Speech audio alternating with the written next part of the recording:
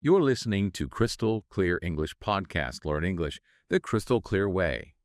Today we're embarking on, a really crucial deep dive. We're tackling a challenge that, for so many English learners, feels like a really private battle. You know, that perplexing situation where you possess like a solid grasp of grammar. You've diligently built up a rich vocabulary, but then when it comes time to actually speak, your words just vanish.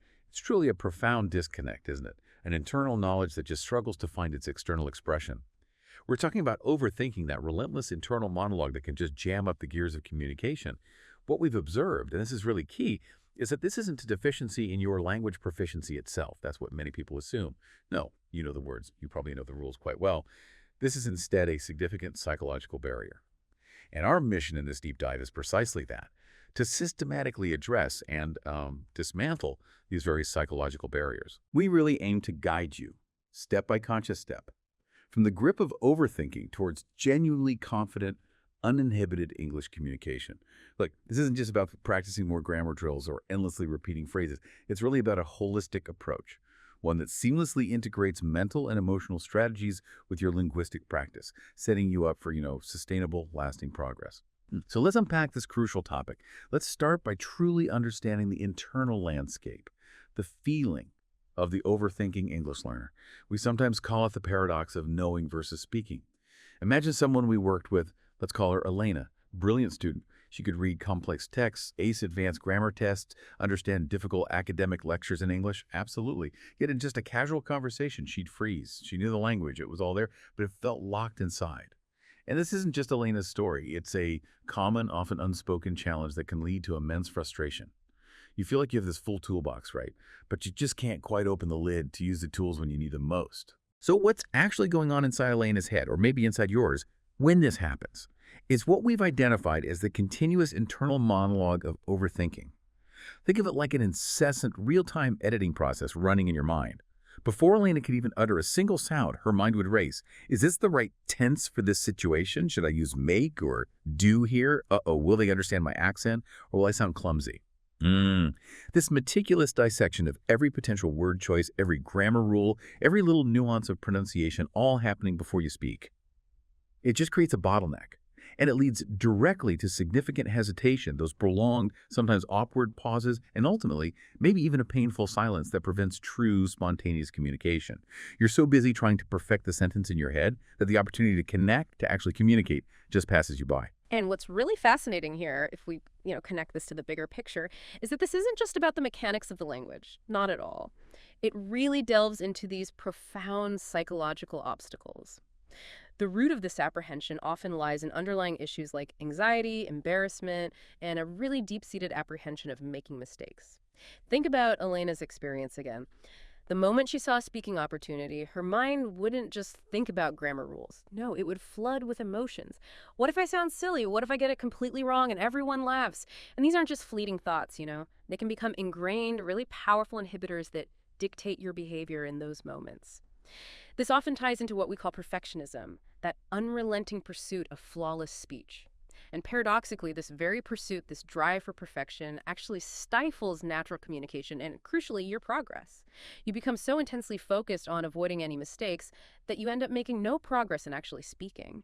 You're so busy trying to achieve this impossible perfect standard that you don't even allow yourself to really begin. This extreme fear of speaking foreign languages is so widely recognized it even has a specific term, xenoglossophobia. Wow, xenoglossophobia. Yeah, it highlights just how deeply ingrained this apprehension can become.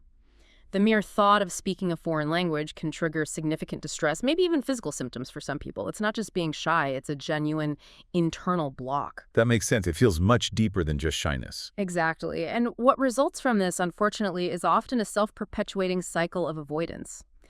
These psychological impediments, this fear and perfectionism, profoundly hinder the language acquisition process itself. They don't just affect your ability to speak in the moment, they erode your self-confidence over time. This leads to a reluctance to participate in conversations or maybe even an outright avoidance of any speaking opportunities. Right. You start actively dodging situations where you might have to speak. Precisely. It's a frustrating, almost cruel pattern. The fear of making an error pushes you to avoid speaking altogether, which in turn prevents the necessary practice you need for improvement. Then this lack of practice reinforces the initial feel and diminishes your confidence even further. So you end up trapped in this loop where you don't speak because you're afraid. And because you don't speak, the fear gets stronger. Exactly. It gets stronger, making the next attempt feel even harder. It becomes increasingly difficult to break out of. So when we connect this to the broader landscape of language learning, it becomes crystal clear. The challenge extends far beyond just knowing the vocabulary or the grammar rules. It absolutely requires addressing the mental and emotional blocks that prevent the active application of that knowledge. That's what stalls progress. Our work consistently shows that simply urging someone to practice more often isn't enough. It might even backfire if the underlying fear isn't addressed. Right, because the practice itself feels threatening. Exactly. So it's vital to integrate mental and emotional strategies with the linguistic practice. You have the knowledge. Now, our focus has to be on unlocking your ability to use it freely and confidently. Okay, that framework is incredibly helpful. So that's why we need to dive even deeper now into the specific psychological factors that create these barriers. It's really about unpacking the roots of why we hesitate. Why do so many learners, like Elena, despite all their hard work and diligent study, find themselves on the brink of speaking, only to pull back at the last second? Precisely. And what we've consistently found in research in practice is that second language acquisition is frequently met with these very specific psychological barriers, things like anxiety and embarrassment. And these feelings can severely impede the learning process. It's not just general anxiety either. It's often hyper-specific to the context of language learning. Like, you might be confident elsewhere, but English speaking triggers something unique. Exactly that. You might be a confident professional in your native language, but when it comes to speaking English, this wave of unique apprehension just washes over you. A central element of this hesitation, maybe the most pervasive one, is the constant apprehension of making mistakes. Or worse, appearing foolish in front of others. Learners frequently worry, what will others think if I mispronounce this word, or if I stumble over a sentence or use the wrong grammar? This fear of negative evaluation, as it's called, is a primary, really powerful source of language anxiety. That fear of being judged. Absolutely. And furthermore, many learners simply lack confidence in their own speaking abilities. They doubt their pronunciation, they doubt their grammar, and this self-doubt makes them profoundly reluctant to converse. It's not about what they can actually do, it's really about what they believe they can do or can't do. And then you mentioned perfectionism earlier. Let's dig into that trap more. Yes, the perfectionism trap. We've seen countless learners caught in this. Perfectionism in language learning is really characterized by an almost constant apprehension of making mistakes. This leads directly to hesitation, frustration, and often, as we said, outright avoidance of speaking opportunities. Learners prone to perfectionism tend to spend excessive time analyzing and correcting themselves mentally before they even try to speak. They're meticulously constructing these perfect sentences in their head, a process that absolutely stifles any kind of natural conversation flow. Because conversation isn't about perfectly constructed sentences, is it? Not at all. It's messy, it's dynamic. We've observed the profound truth in the idea that perfectionism is the enemy of progress in second language acquisition. It really is. This mindset disproportionately highlights every tiny imperfection. It makes you fixate on errors, and it creates this immense internal pressure to avoid mistakes at all costs. You're always chasing this unattainable ideal of flawless speech, and that chase just exhausts you. It leaves you too drained to even begin speaking. It's like a self-imposed obstacle course. And this raises a really important question for you listening. Who do you think is your harshest critic? That's such a key question. More often than not, it's not the person you're speaking to, it's yourself. It's that inner voice. Negative self-perception and low self-esteem significantly undermine confidence and motivation. Individuals might internalize feelings of inferiority, perhaps constantly comparing themselves unfavorably to native speakers or to other learners they perceive as more advanced. Yeah, that comparison game can be brutal. It really can. Or they develop this deep-seated belief that they are inherently incapable of truly mastering the language. I'm just not good at languages, they might tell themselves. We've found time and again that individuals are often their own harshest critics, meticulously scrutinizing every single word, every gesture, even when others wouldn't notice minor slips at all. This internal voice can be far more negative and unrealistic than any external judgment you might ever receive. Like having a bully living in your head. Exactly, and this often leads to a cognitive distortion we call all or nothing thinking, black and white thinking. This is where a learner views themselves as either perfectly fluent, like a native speaker, or a complete failure. There's no in between. They disregard any gradual, authentic progress they've made along the way. So any step forward doesn't count unless it's the final step. Pretty much. And this reveals a profound truth that we try to help our learners grasp. The paralyzing apprehension of judgment often originates internally. It's not primarily coming from the outside world, that perceived audience that you're so worried about judging you. It's largely a projection of your own internal critic. That's a huge realization. It is. So a critical step, therefore, involves challenging and actively reframing these internalized negative perceptions rather than solely focusing on external factors or just endlessly drilling grammar. You're fighting a battle in your own mind, and that's where we need to start the work. Okay, and how does anxiety itself play into this? You mentioned an affective filter. Yes, the affective filter. This is a core principle in language acquisition theory. Heightened anxiety can create this. Well, imagine like a mental barrier, an invisible wall. This filter blocks effective language input. It makes it significantly more challenging to process and retain new information when you're feeling anxious. And language anxiety can manifest at various stages. It can inhibit incoming messages, making it harder to truly understand what you hear or read.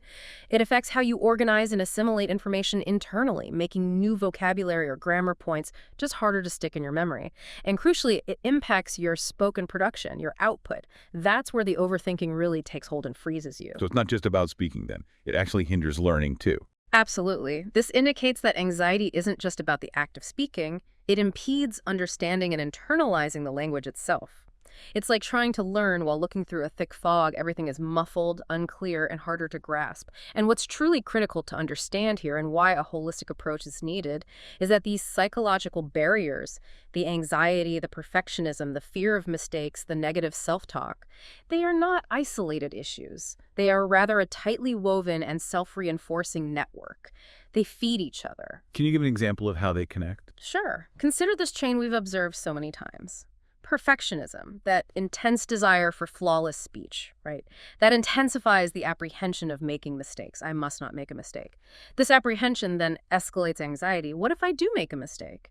Which in turn fosters negative self-perception thoughts like I'm not good enough or I'll never get this right. This often results in avoidance behaviors when you shy away from speaking opportunities altogether. Which prevents practice. Exactly. Preventing necessary practice and reinforcing those initial apprehensions and the feeling of inadequacy, the cycle tightens. Because these barriers are so interconnected and self-perpetuating, effective solutions have to be holistic. Addressing one symptom in isolation, say, focusing solely on grammar accuracy without tackling the underlying anxiety or perfectionism is unlikely to be truly effective in the long run. You might learn the rule, but still be too afraid to use it. Precisely. The approach must disrupt this self-reinforcing cycle at multiple points. We need to break the chain of apprehension. That's such a powerful and incredibly clear way to look at it. It explains not just what happens, but why it feels so debilitating, so stuck. And what we've found in helping countless learners navigate this is that validating these common experiences, saying, yes, this is real, you're not alone, and then providing a clear counter-narrative is incredibly effective. It's about doing a reality check. Yeah. Right? Challenging our inner fears head on. Absolutely. Let's walk through this comparative framework together. Because understanding how your internal fears often differ, sometimes dramatically, from actual reality is a crucial first step towards liberation. Shifting that perspective is key. Okay, so a common fear many learners express, and maybe you felt this too, is everyone will judge my grammar or my accent. You feel like you're under a spotlight. Yeah, that's a big one. But the reality is in most real-world interactions, people care overwhelmingly about the message you are conveying. They care about understanding you, not about minor grammatical errors or your accent. Think about it honestly. Yeah. Even native speakers make mistakes all the time.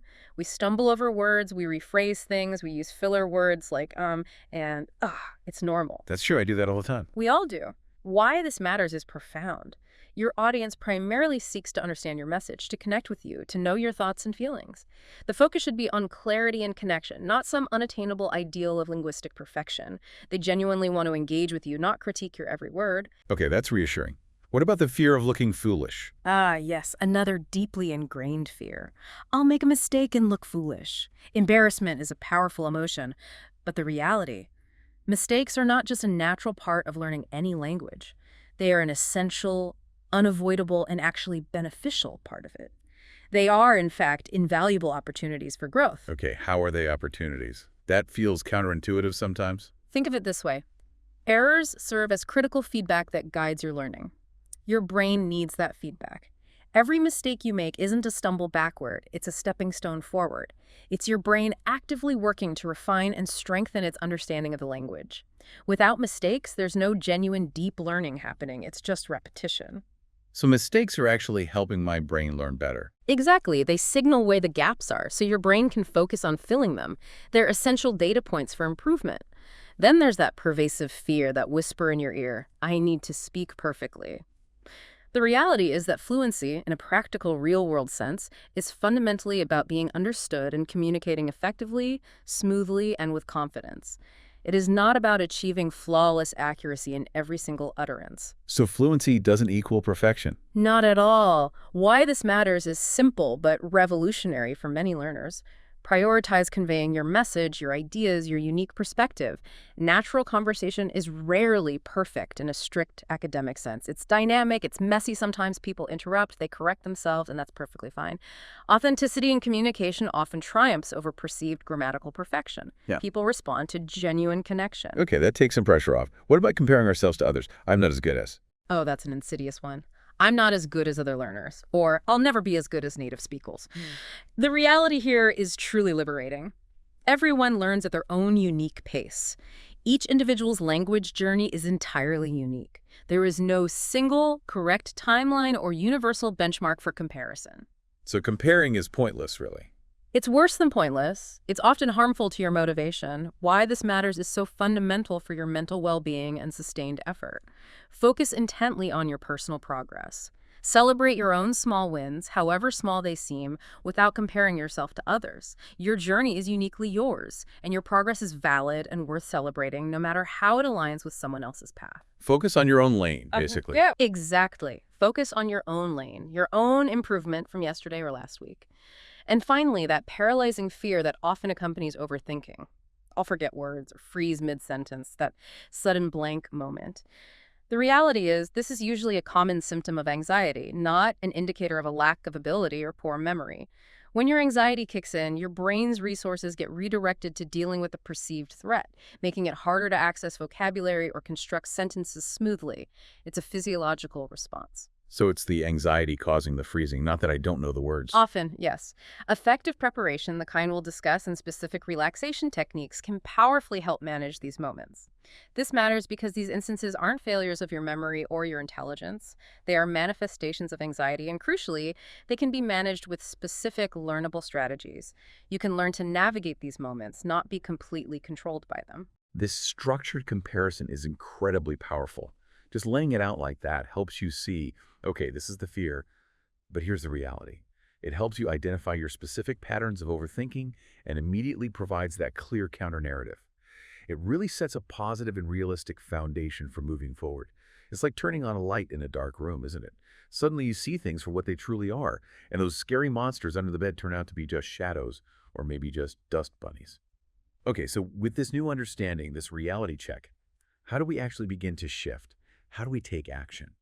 We transition now to the first actionable step towards genuinely confident communication. And think of this as mental training, like going to the gym for your brain. Overcoming apprehension isn't about eliminating every single worry look. That's probably an unrealistic goal for most of us. It's really about developing robust strategies to manage the overthinking and cultivate genuine, deep-seated confidence. We see this process as akin to training your brain to speak freely, much like an athlete trains their muscles for a marathon. It takes practice and consistency. And the most pivotal initial step, the real bedrock of this journey, is fundamentally altering your perspective on mistakes and, indeed, the entire learning journey itself. That's step one, shifting your mindset. That's absolutely right. This is the foundation, the first critical mindset shift we advocate for, and it truly is transformative when you internalize it, is to embrace mistakes as stepping stones, not stumbling blocks. It's vital to truly believe, deep down, that mistakes are not failures. They are a natural, essential, and frankly unavoidable part of learning any new language. Easier said than done sometimes, though, right? Yes. That feeling of embarrassment is strong. It is strong, absolutely. But let's be clear, even native speakers make errors all the time. We all mispronounce words occasionally, use the wrong idiom, or stumble over complex sentences. It happens. We strongly encourage viewing each error not as something to be ashamed of or proof that you're failing, but as a valuable learning experience, a powerful opportunity for growth. We found the wisdom in the simple phrase, value your mistakes, they are the lessons, to be profoundly true in language learning. So mistakes are lessons. Yes. In fact, cognitive science tells us something interesting here. When you make an error and then consciously correct it or understand the correction, your brain actually strengthens the neural pathways for the correct form. That knowledge sticks more robustly in your long-term memory because of the initial error and correction process. Wow, so making the mistake actually helps me remember the right way better. In many cases, yes. So think of each mistake as your brain actively wiring itself for greater fluency, not as a sign of failure. A practical tip here. Instead of getting upset or dwelling on an error in the moment, just try to note it mentally or even jot it down later if you can remember it. Then, later, when you have time, actively seek out the correct word, pronunciation, or grammatical structure. A mistakes journal can be an incredibly effective tool for this. It turns those frustrating moments into concrete, actionable learning opportunities. I like that idea of a mistakes journal, turning negatives into positives. Exactly. Next, shift your focus dramatically. Focus on communication, not just flawless accuracy. This is huge. True fluency, in a practical sense, is defined by your ability to be understood, to express your ideas clearly, and to speak easily and with relative comfort. It is not defined by perfect grammar, exhaustive vocabulary, or impeccable pronunciation in every single sentence. The primary objective in any conversation should always be to convey your message effectively, to connect. Connect, not dissect. Precisely. Think about real-life conversations. They seldom adhere perfectly to textbook rules. People interrupt each other, they rephrase, they use filler words like, or you know, or like. It's natural. We've found it's really advisable not to overanalyze your grammar while you're in the middle of a conversation. That cognitive overload is what often leads to getting stuck or freezing up. Instead, your focus should remain firmly on the flow and the content of your message. Get your ideas across. Any accuracy refinement can be addressed later, perhaps during your review time or study time. So let the grammar police take a break during the conversation itself. Exactly, send them on vacation. And what's truly fascinating here, from both a teaching and a psychological perspective, is the impact this has. Prioritizing fluency over strict grammatical accuracy, especially during the initial learning stages or when you're building confidence, is particularly beneficial for people prone to overthinking. By deliberately de-emphasizing accuracy in fluency-focused activities, you significantly reduce the immense pressure on the overthinker to get it right, to be perfectly grammatically correct all the time. It lowers the stakes. It lowers the stakes enormously. This psychological relief acts like releasing a pressure valve. It encourages more speaking attempts because the perceived risk of failure or judgment is lower. And making more attempts directly builds confidence, which in turn dramatically diminishes the power of that internal censor that fuels overthinking. So it creates a positive cycle instead of a negative one. Exactly. A powerful positive feedback loop. Less pressure leads to more speaking, which leads to greater confidence, and subsequently less overthinking and more natural flow. It's a fundamental shift that can truly liberate your voice. Okay, that makes a lot of sense. Yeah. What about that inner critic? How do we handle that voice? Right. Cultivating positive self-talk and actively challenging that inner critic, this is crucial. As we discussed, individuals are often their own harshest critics, creating an internal monologue far more punishing than any external judgment. It's vital to consciously challenge those negative thoughts that inevitably surface. Thoughts like, I'm so bad at speaking English, or I always mess up when I try. Those automatic negative thoughts. Exactly, those ANTs. Instead, actively practice replacing that negative self-talk with positive, realistic affirmations. Things like, I am improving every day, one conversation at a time. Or, I have unique experiences and perspectives to share, and my voice deserves to be heard. You need to develop self-awareness. Start by simply listening to your inner voice before or during speaking opportunities. If anxiety or self-doubt surges, it often signals that misdirected, unhelpful self-talk is running the show. Just noticing it is the first step. Noticing is huge. Then we encourage you to actively question those thoughts. Ask yourself, what's the absolute worst thing that could realistically happen here? Often, when you examine it calmly, the answer is far less dire, far less catastrophic than your anxious mind makes it out to be. This helps you reframe those thoughts and diminish their power over you. Sort of deflating the fear balloon. That's a great way to put it. And what's truly powerful about this approach, this cognitive restructuring, is that it recognizes overthinking isn't just about the language itself. It's profoundly about self-judgment and those deeply internalized expectations of perfection. By actively practicing self-compassion, meaning treating yourself with the same kindness and understanding you would offer a good friend who is struggling, you create distance. Beating yourself up doesn't help. It never helps. And by externalizing that inner critic, maybe even giving it a silly name to reduce its power and seriousness, learners can create crucial psychological distance from that negative self-talk. This detachment reduces the emotional impact of perceived errors.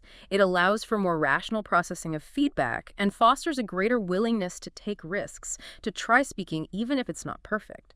It represents a fundamental shift from self-punishment, which keeps you stuck, to self-support, which allows you to grow. This is absolutely vital for individuals prone to overthinking. It allows you to move forward without constantly beating yourself up. From self-punishment to self-support. I like that. And finally, for this mindset step, just put it all in perspective. Everyone's human, seriously. It is vital to remember that most people you encounter are not constantly sitting there judging your English proficiency. Honestly, they are typically more focused on their own thoughts, their own day, their own anxieties, and simply understanding what you're trying to communicate. They're probably not even noticing the small mistakes we obsess over. Exactly. Everyone, and we truly mean everyone, including native speakers, makes mistakes. We misspeak, we use the wrong word, we forget things. This is a shared human experience, a universal aspect of communication, not some unique failing on your part. Recognizing that English is a second or third or fourth language for you should actually be a source of pride, not anxiety. You're doing something remarkable. There is absolutely no need to treat speaking English with the same level of anxiety you might or might not feel about your first language, where errors might feel different. Give yourself a break. Celebrate the courage it takes just to try. That's a really powerful foundation for a mindset shift. Okay, so we've adjusted our perspective on mistakes and communication. With that new mindset, how do we actually begin to build momentum? Because as you said, overcoming apprehension is undeniably a gradual process. It's unrealistic to expect to suddenly engage in a complex debate overnight after years of feeling anxious. Building confidence incrementally seems absolutely key here. Which brings us to step 2, building momentum with small steps and big gains. Precisely. Incremental progress is the name of the game. We strongly recommend a strategy of gradual exposure. This means systematically moving from low-pressure, comfortable situations to progressively higher-stakes ones. Begin by practicing in environments where your comfort is maximized, where you feel completely safe and unjudged. This could be with a trusted roommate, a very supportive family member, or maybe a dedicated study partner who really understands your journey and your goals. Starting in the safe zone. Exactly. Once comfort is firmly established in these safe spaces, you can then gradually, gently expand that comfort zone. For instance, maybe try speaking up a little more in smaller group discussions, say, with just 3 to 5 people you feel okay with. Then perhaps progress to raising your hand to ask a question in larger classroom settings or meetings. This graded exposure approach is a scientifically recognized technique for anxiety reduction. You gently challenge the fear without overwhelming yourself. Like dipping your toe in the water before jumping in. Exactly like that. Starting with one-on-one conversations before attempting group settings is also highly beneficial. It allows for greater focus on the other person and significantly reduces those feelings of being overwhelmed by multiple speakers or listeners. Now, what's crucial here is this. While starting in low-pressure settings provides a vital, safe foundation, the ultimate aim is to systematically, gently expand this zone. Because true, lasting growth occurs just beyond your current boundaries. It's about stretching, not snapping. Pushing the edges gently. Precisely. Next, incorporate what we call daily micro-practices. Consistency, even in really small doses, is paramount here. Integrate English speaking into your daily routines, even if it's only for a few minutes at a time. Begin with truly small, low-stakes interactions.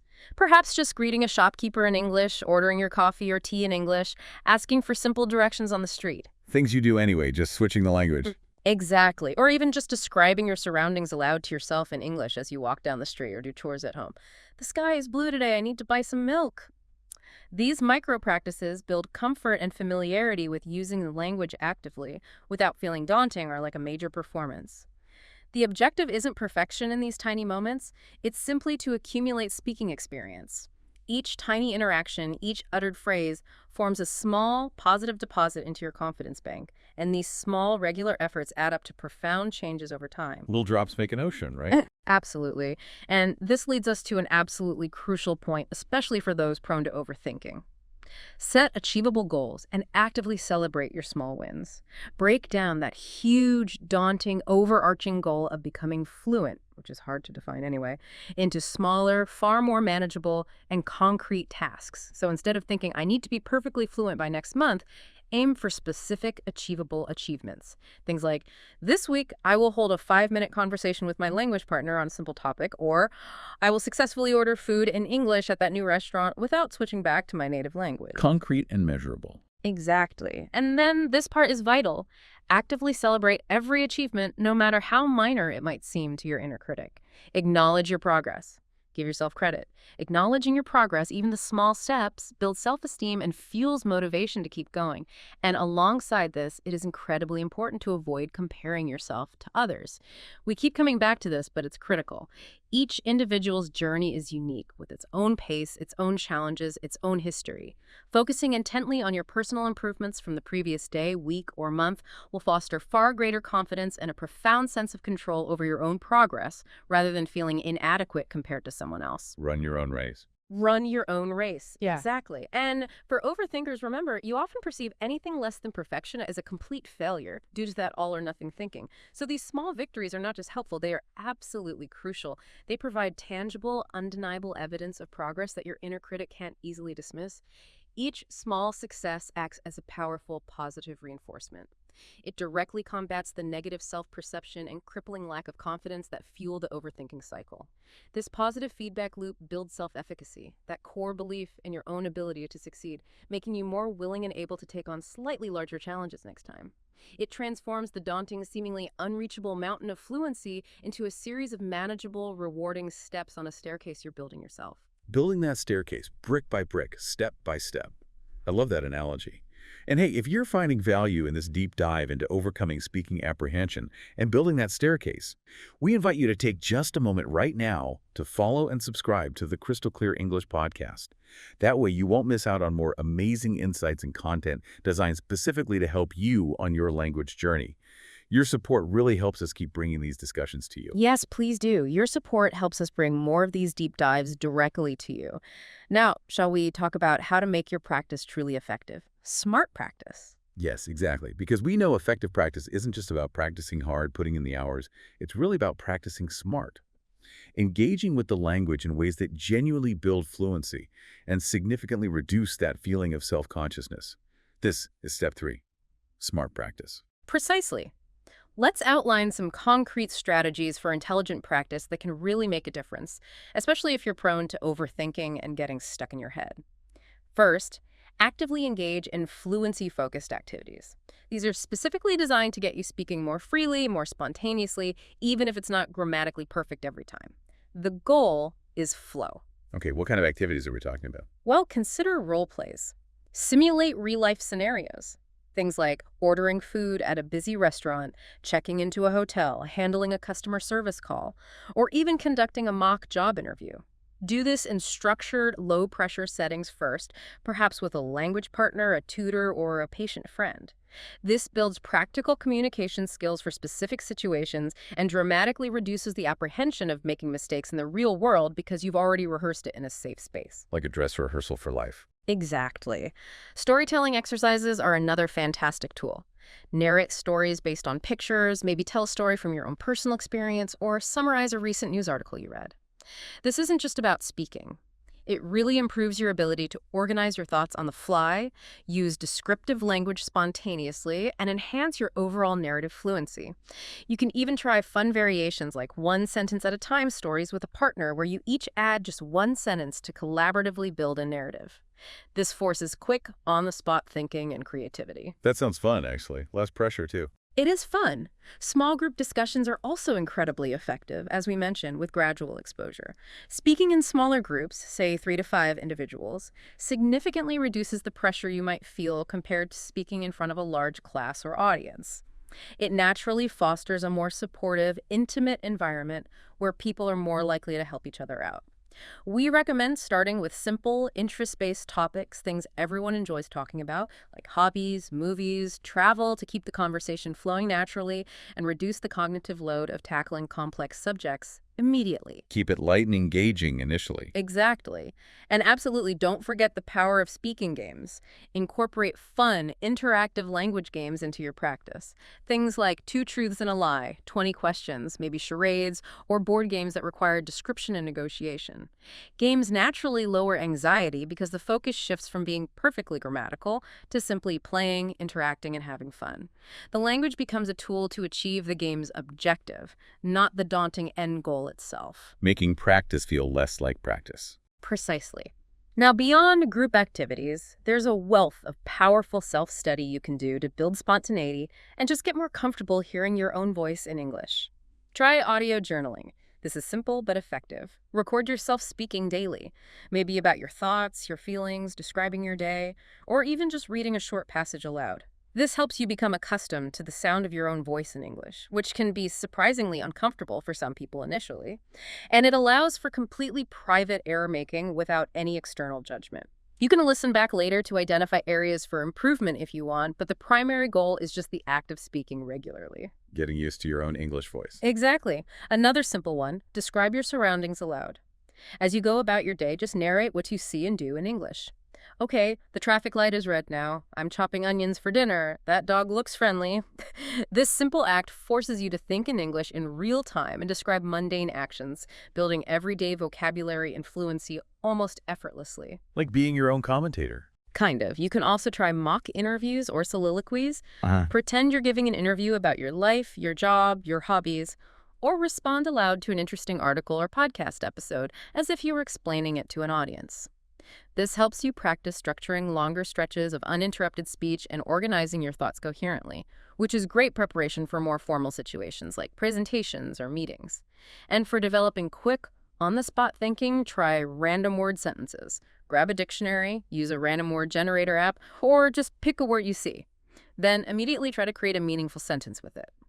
This forces quick, agile thinking and helps you connect vocabulary to spontaneous expression under a little bit of time pressure. That sounds challenging but useful. It is. Now, what's truly significant about all these activities, role plays, storytelling, games, self-talk, is that their effectiveness is dramatically enhanced when the practice feels meaningful and contextualized to you. For overthinkers who, as we've said, may be prone to intellectualizing the language and getting lost in abstract rules, connecting practice to personal relevance and real-world scenarios makes the learning far more engaging and less like a chore. Making it relevant to your life. Exactly. This approach enhances intrinsic motivation. You want to do it because it connects to your interests or needs, and it reduces the cognitive load associated with forced, irrelevant grammar drills or exercises. It allows you, the learner, to focus on communication and expressing real thoughts, feelings, and ideas, rather than solely on linguistic form or accuracy. This is absolutely crucial for overcoming the habit of overthinking.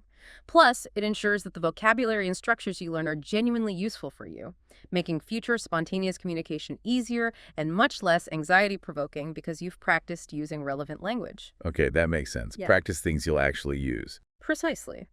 Another smart practice strategy, particularly relevant for planned speaking events like presentations or important meetings, is to prepare effectively, but remember the golden rule. Organize, don't memorize. For presentations, job interviews, or significant conversations, thorough content preparation is undeniably essential. It's a key tool for reducing anxiety and boosting confidence.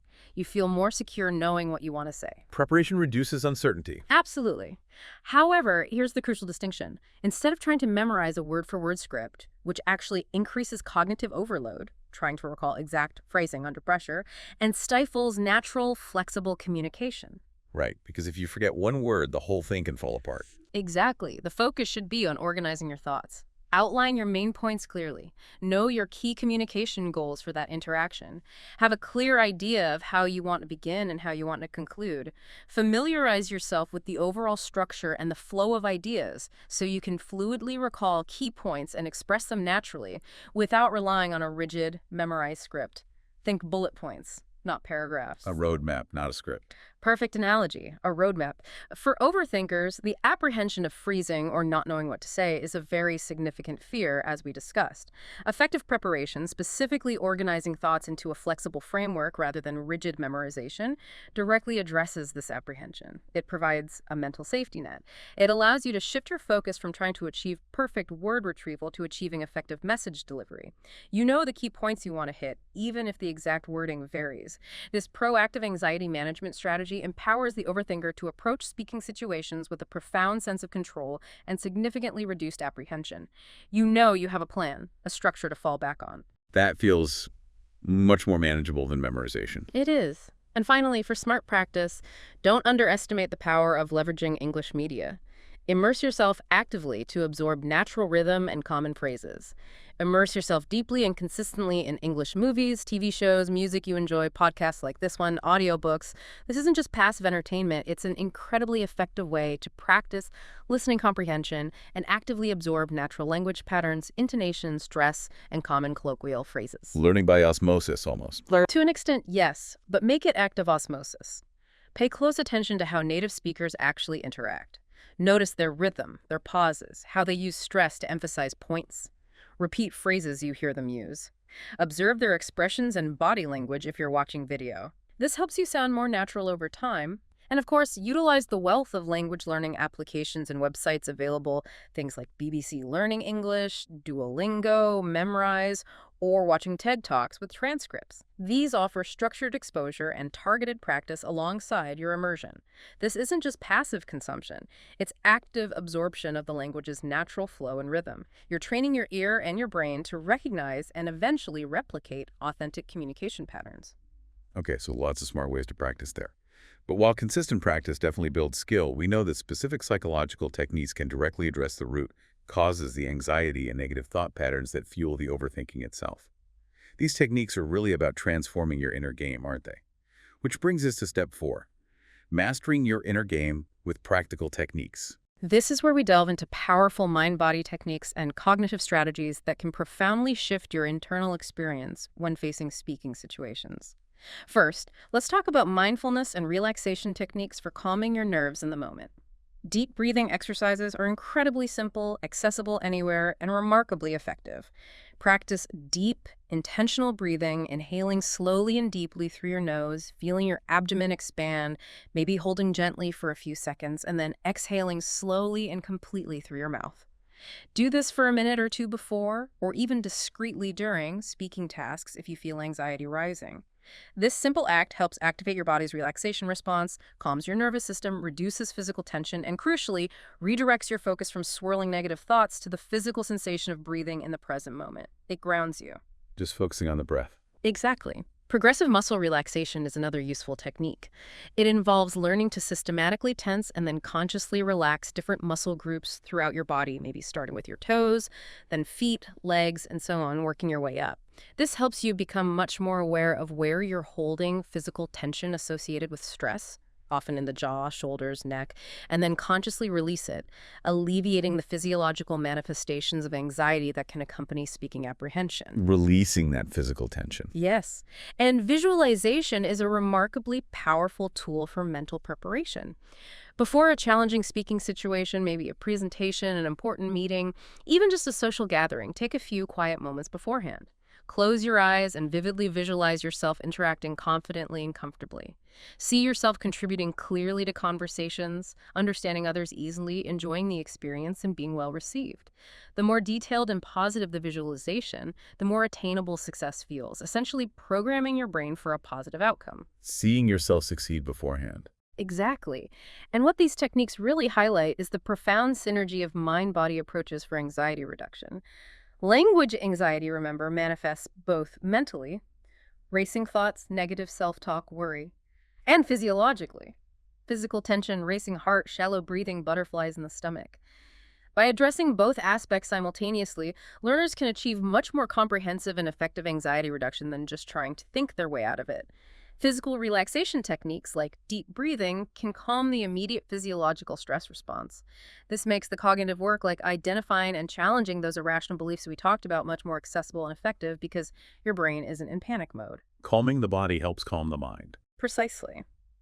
For overthinkers who might feel trapped in a relentless cycle of mental rumination, breaking the physical tension loop can be the crucial initial step to interrupting that negative thought spiral. It creates space for more productive mental reframing and a calmer approach. Next up, a core technique from cognitive behavioral therapy: cognitive restructuring.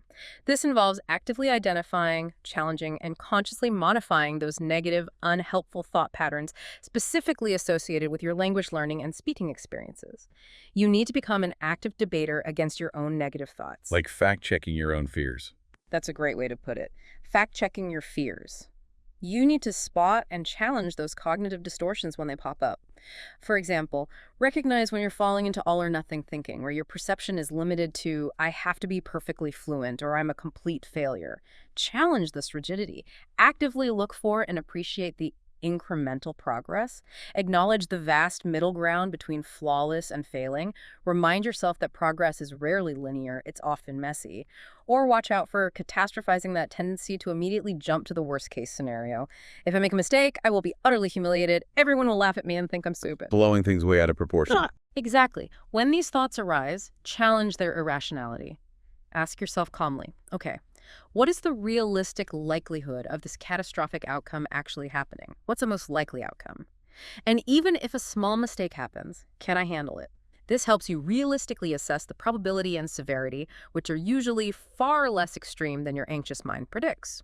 Also, consciously avoid overgeneralization. This is where you draw broad, sweeping negative conclusions based on a single mistake or negative experience. One awkward conversation doesn't mean I'm terrible at speaking English and always will be. It means, okay, that conversation felt difficult. What can I learn from it for next time? Not letting one event define your entire ability. Precisely. Utilize self-reflection prompts to strengthen this process. After a language challenge, maybe journal or just think. What were my initial negative thoughts and emotions? Did I engage in any distortions like catastrophizing? How did I, or how could I next time, apply strategies to address those thoughts? This helps you become a more objective observer of your own mind, gaining conscious control over your thought patterns over time. Now, on this journey, you might also encounter something many successful people experience: the imposter syndrome, that nagging feeling like you're a fraud, that you don't really belong, or distrusting your ability to speak effectively despite evidence like passing exams or having successful conversations. To the contrary. Feeling like you're going to be found out. Exactly that feeling. This feeling, while undeniably uncomfortable, should actually be recognized not as a sign of inadequacy, but often as a powerful indicator of growth. It frequently signifies that you are stretching yourself, pushing beyond your previous comfort zone, and moving towards the next level of proficiency. Welcoming this discomfort, reframing it as a natural part of challenging yourself, okay, this feels scary, which means I'm growing, indicates true progress. It means you're pushing your boundaries, and that's exactly where learning and development happen. So feeling like an imposter might mean you're actually leveling up. It very often does. And finally, for mastering your inner game, never underestimate the power of seeking supportive environments. This is your crucial safety net, your psychological refuge where you can practice and grow without fear. Actively surround yourself with individuals who genuinely support your language learning journey. This could be joining online forums dedicated to language learners, finding language exchange partners who are patient and encouraging, or joining local English-speaking clubs or communities. Crucially, seek out environments that feel psychologically safe, non-judgmental, and inherently encouraging, where mistakes are seen as normal, not shameful. Teachers and supportive friends or partners play a pivotal role here by providing effective, constructive feedback, not just criticism, normalizing mistakes as a natural part of the learning process, and fostering a welcoming atmosphere where you feel free to experiment and take risks with the language. Finding your tribe, essentially. Yes, finding your supportive tribe. And what's truly vital here is this concept of psychological safety. This isn't just about people being nice superficially. It is about creating an environment where learners feel profoundly secure enough to take risks, to make mistakes without fear of ridicule, and to freely experiment with the language without any apprehension of judgment, harsh criticism, or embarrassment. For overthinkers, who are often highly sensitive to perceived judgment, psychological safety is absolutely paramount. When this safety is present, that affective filter, that anxiety barrier we discuss, is significantly lowered. Making it easier to learn and speak. Exactly. It allows for improved language input, you absorb more, and freer language output, you speak more. It fosters a profound willingness to engage, which is absolutely critical for making progress. So empower yourself to actively seek out or even help cultivate such environments because their impact on your confidence and your progress is truly profound and undeniable. Don't underestimate it. Those insights into mastering your inner game are incredibly practical and really transformative. They tackle the core of overthinking head on. And as we approach the end of our deep dive today, it's really important to remember that overcoming overthinking in English isn't a one-time solution. It's not like you flip a switch and it's gone forever. It's an ongoing journey. So these long-term strategies we're about to discuss will help you maintain momentum and foster continuous growth, because this truly is the long game. It absolutely is the long game. And the first principle for the long game is embracing the idea. It's a marathon, not a sprint. Patience and persistence are key. It is absolutely crucial to remember that language acquisition is a complex, often winding, definitely long-term process. Fluency, whatever that means to you, does not happen overnight, and progress is often nonlinear. Meaning you don't always see steady improvement day by day. Exactly. There will be periods of rapid improvement where you feel like you're flying, followed by frustrating plateaus where you might feel stuck or even like you're going backwards slightly. This is normal. Patience with yourself and persistence in your efforts are invaluable allies on this journey. There will inevitably be moments of doubt, times when you feel discouraged. But consistent, deliberate effort, even small efforts, will always yield results over time. It is so important to trust the process, even when progress isn't immediately obvious or feels slow. Keeping the faith, even during the plateaus. Yes. And this encourages a vital shift from a destination mindset, I must reach perfect fluency, to a journey mindset, I am continuously learning and improving. Overthinkers often fixate on that perfect, distant destination of flawless fluency, which can lead to profound discouragement when immediate linear progress isn't evident. A crucial long-term strategy is to reframe success. Success isn't just reaching some unattainable, flawless endpoint. Success is continuous engagement, ongoing learning, and gradual improvement along an unfolding journey. By finding value and satisfaction in the process itself, the daily practice, celebrating the small wins, learning from the mistakes learners can sustain motivation much more effectively and significantly reduce the immense pressure of chasing an unattainable perfect outcome. This mindset shift is vital for preventing burnout and maintaining consistent, hopefully joyful effort over months and years. Enjoying the journey, not just focusing on the destination. Beautifully put. And intimately tied to that is the commitment to continuous learning from mistakes. This truly is a lifelong journey, even for native speakers. Your attitude towards mistakes remains key throughout your entire language learning experience, not just in the beginning. Continue to view them not as failures or signs of inadequacy, but as valuable lessons and powerful opportunities for continuous improvement and refinement. Actively seek out and reflect on errors. This might be through self-correction when you notice something sounds off, through accepting and analyzing constructive feedback from others, or by simply noticing discrepancies between how you express something in English and how native speakers or more advanced users express it. This continuous feedback loop, where you identify an area for improvement, analyze it, learn the correction, and try to apply it, is vital for refining your skills and deepening your understanding of the language's nuances over the long term. Every slip, every stumble remains a chance to learn and get better forever. Always learning, always refining. Always. And finally, a truly liberating principle for the long game. Embrace your unique voice. And that includes your accent. Your accent is a beautiful part of your identity. Instead of striving relentlessly to eliminate your accent completely, which can be an exhausting and often frustrating, if not impossible, endeavor for adult learners, the focus should always be on clear communication and effective intonation. Can people understand you easily? Clarity over sounding native. Absolutely. An accent is a natural part of one's linguistic identity. It tells a story about where you come from, your background, your journey. It can actually add character and charm to your speech.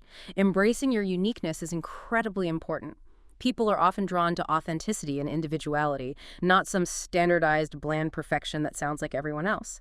This highlights what we sometimes call the authenticity advantage. Speaking authentically, expressing your true self, even with an accent, is often far more impactful and engaging than speaking perfectly, but with obvious strain, self-consciousness, or lack of personality. Being yourself is more connecting. It really is. For overthinkers, a significant source of anxiety can be that very desire to sound native or perfect, often leading to intense self-consciousness about their accent. Trying to suppress your natural accent or achieve absolute phonetic perfection can be incredibly mentally taxing. It takes up valuable cognitive resources that could be used for thinking about what you want to say, rather than just how you're saying every single sound. And it often results in strained, less natural, less fluent communication overall. By embracing their unique voice, learners profoundly reduce that internal pressure. It allows for more natural, spontaneous, and confident expression. This authenticity, paradoxically, often enhances communication effectiveness because sincerity, clarity, and genuine connection frequently outweigh minor pronunciation variations in real world interactions. Be clear, be confident, be you. Be clear, be confident, be you. I love that. What a transformative deep dive this has been. Let's quickly recap the core principles that we hope will guide you, our listeners, on this path from overthinking to truly fearless English communication. Remember these key pillars. First, shift your mindset. Prioritize continuous progress over that elusive ideal of perfection. View every single mistake not as a setback, but as an invaluable opportunity for learning and profound growth. Second, start small. Build your confidence incrementally, brick by brick. Begin with low-pressure interactions where you feel safe, and gradually, gently expand your comfort zone, one manageable step at a time. Third, practice smart. Engage in activities specifically designed to foster fluency and spontaneity, things like immersive role plays, engaging storytelling, maybe even fun speaking games. And remember, when preparing for important conversations, focus on organizing your thoughts into a flexible roadmap, not rigid, anxiety-inducing memorization. Fourth, master your inner game. Actively employ those powerful psychological techniques like mindfulness, deep breathing, and progressive muscle relaxation to calm your nerves and manage anxiety in the moment. Utilize cognitive restructuring to challenge and reshape those unhelpful negative thought patterns. And crucially, actively seek out or help cultivate supportive environments where you feel genuinely safe to practice and make mistakes without judgment. And finally, sustain your confidence. Embrace the profound understanding that language acquisition is a marathon, not a sprint. It requires immense patience and unwavering persistence, especially through the plateaus. Continue to learn from every error, every interaction, and powerfully celebrate your unique voice, recognizing that your accent is an integral, beautiful part of who you are. That's a fantastic summary. And just to reiterate, your English voice is a truly powerful instrument. It's a tool for connection, for self-expression, and for unlocking entirely new opportunities in your personal and professional life. Please do not allow overthinking to keep it silent any longer than necessary. Step by step, conversation by conversation, and with each conscious shift in perspective and mindset we've discussed today, you absolutely can learn to speak without apprehension. You can allow your authentic voice to shine through unfiltered, confident, and clear. The world genuinely awaits to hear what you have to say. So well said. And if you haven't already, please remember to follow and subscribe to the Crystal Clear English podcast. That way, you ensure you don't miss out on any of our future deep dives and all the amazing content designed to help you on your language journey. Thank you so much for listening to the Crystal Clear English podcast. Learning another language is like becoming another person.